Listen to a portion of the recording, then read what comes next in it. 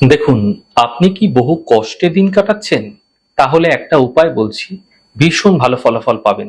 এটার কারণ কি হচ্ছে, আপনার যখন দুর্দশা চলে, আপনার যখন দুর্দিন চলে, তার পেছনে থাকে মুখ্যত রাহু।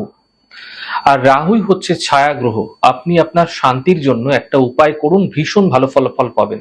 আর দেখবেন আপনার যত দুর্দিন ছিল, যত খারাপ সময় চলছিল, আপনার দুর্দশা চলছিল, যত কষ্টের সময় আপনার ক্ষেত্রে চলছিল, সব দেখবেন ধীরে ধীরে একটা পথে চলে আসছে। আপনি যখন খাবার খাবেন, বুধবার দিন এবং শনিবার দিন একটি ছোট্ট উপায় আপনাকে করতে হবে। সর্বদা রান্নাঘরে বসে আপনাকে খেতে হবে।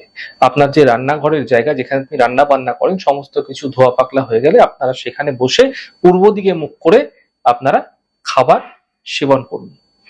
আরো একটা উপায় আমি আপনাদের বলছি, দারুণ উপায় বলে দিচ্ছি, এটা ব্রহ্মাস্ত্র উপায়। দুটো উপায়ই আপনাকে করে যেতে হবে।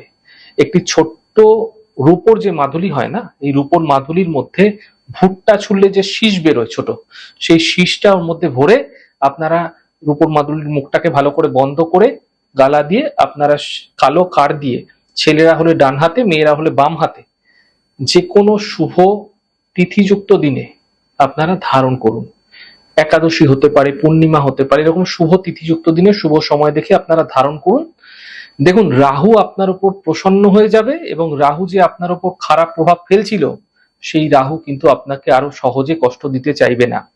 এই ছোট্ট প্রক্রিয়া দুটি করে দেখুন, ঈশ্বরের উপর আস্থা বিশ্বাস রাখুন, ভীষণ ভালো ফলাফল পাবেন আপনারা।